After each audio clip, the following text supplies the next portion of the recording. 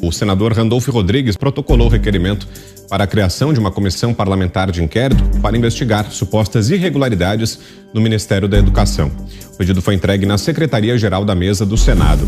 O coordenador de campanha de Lula convocou coletiva de imprensa para falar sobre o pedido de CPI e afirmou que a real intenção do colegiado seria dar uma alegada proteção às investigações da Polícia Federal e do Ministério Público, além de acusar o presidente Jair Bolsonaro e o ministro da Justiça, Anderson Torres, de intervenção. Em circunstâncias normais, e nós não estamos em circunstâncias normais sob a égide do governo do senhor Jair Bolsonaro. Em circunstâncias normais, não necessitaria de uma comissão parlamentar de inquérito. Mas as circunstâncias dessa investigação é que ela está sob ameaça, ela está sob intervenção do senhor presidente da República e do senhor ministro de Estado da Justiça. Para que a comissão inicie formalmente os trabalhos, é necessário que o presidente da Casa, Rodrigo Pacheco, faça a leitura do documento em plenário. Olha, além da assinatura do presidente e colocar para a leitura, existe um prazo aí de 24 horas, até a publicação para retirada de assinaturas. Mas eu conversei com alguns líderes governistas que dizem que não há essa expectativa de retirada de assinaturas, não, que é mesmo instalar a CPI. São necessárias 27 assinaturas, eles conseguiram 30, chegaram a 33 assinaturas, mas 2 foram retiradas do Podemos, exatamente porque o Podemos, segundo me disse o senador Álvaro Dias, não aceita a CPI. Segundo ele, o partido é independente e não vai fazer uma CPI como palanque político. Ele considerou a CPI como palanque político e diz que isso tem que ser investigado pela Polícia Federal como está.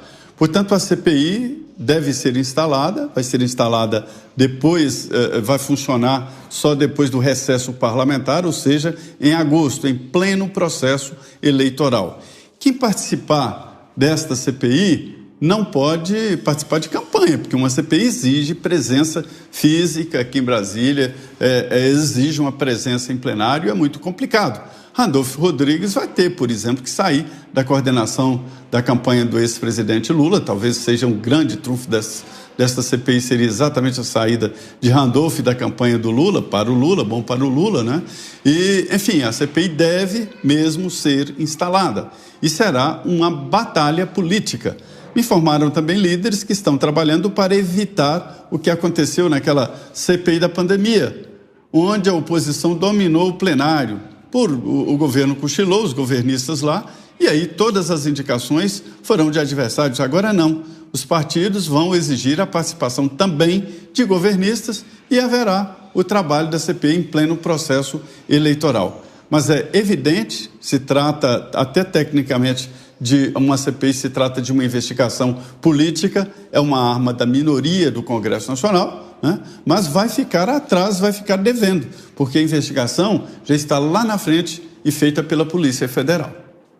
Vamos trazer agora aqui a lista dos 31 senadores que assinaram esse pedido de abertura da Comissão Parlamentar de Inquérito do Ministério da Educação. São eles: Randolfo Rodrigues, Paulo Paim, Humberto Costa, Fabiano Contarato, Jorge Cajuru, Zenaide Maia, Paulo Rocha, Omar Aziz, Rogério Carvalho, Regufe, Leila Barros, Jean Paul Prates, Jacques Wagner, Elisiane Gama, Mara Gabrilli, Nilda Gondim, Veneziano Vital do Rego, José Serra, Eduardo Braga, Tasso Gereissati, Cid Gomes, Alessandro Vieira, Dario Berger, Simone Tebet, Soraya Tronic, Rafael Tenório, Jordano, Isalci Lucas, Marcelo Castro, Confúcio Moura e Jarbas Vasconcelos.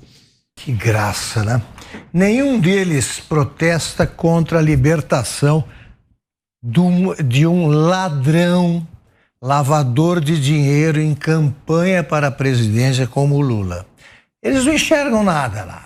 Não viram nada, não há necessidade de CPI para examinar o caso do sítio em Atibaia, onde o Lula passou 111 fins de semana, mas é do amigo dele. Não há necessidade de CPI para examinar o caso do triplex do Guarujá, onde o Lula, a mulher do Lula queria instalar uma cozinha de última geração. Para isso não precisa, o Lula é inocente. Agora, vão fazer essa palhaçada com o nosso dinheiro e só invertendo, o Renan vai ser o presidente.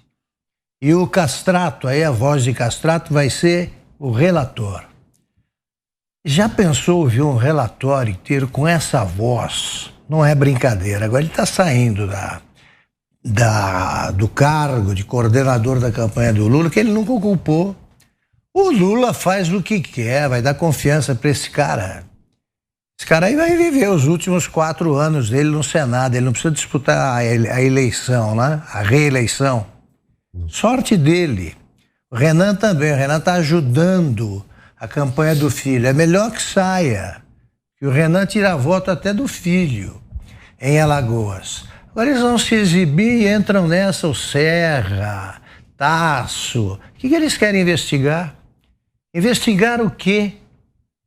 Eles vão ficar fazendo a mesma palhaçada que se viu na CPI da Covid-19.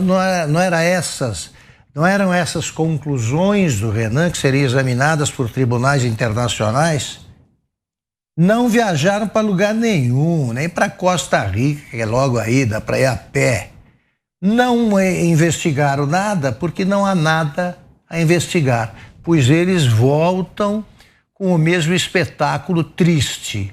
É um negócio, é videotape de jogo que terminou 0-0. Não dá para ver. Não dá para ver. E eles vão reeditar isso aí. Vamos ver outro circo, né? Outro circo pago com nosso dinheiro. Essa CPI vai ser um vexame, não tenho a menor dúvida disso.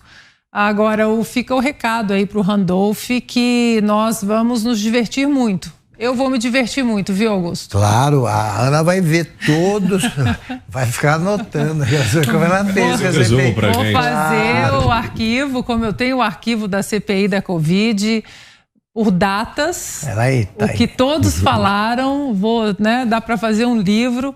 E essa eu vou assistir também e nós vamos trazer tudo aqui. E eu também me candidato a relator da CPI da CPI. A CPI,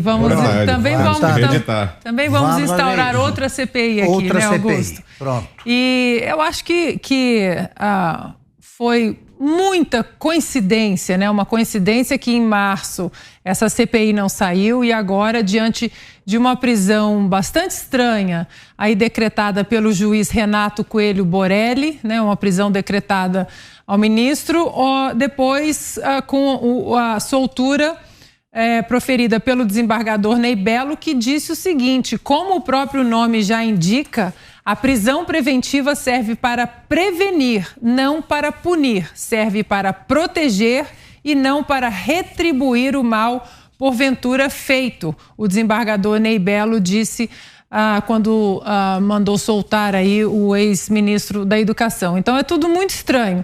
Agora, essa CPI, podem apostar que ela será uma fonte inesgotável de material de campanha política. E eu arrisco dizer, Augusto, a favor do presidente Bolsonaro. Claro, também acho.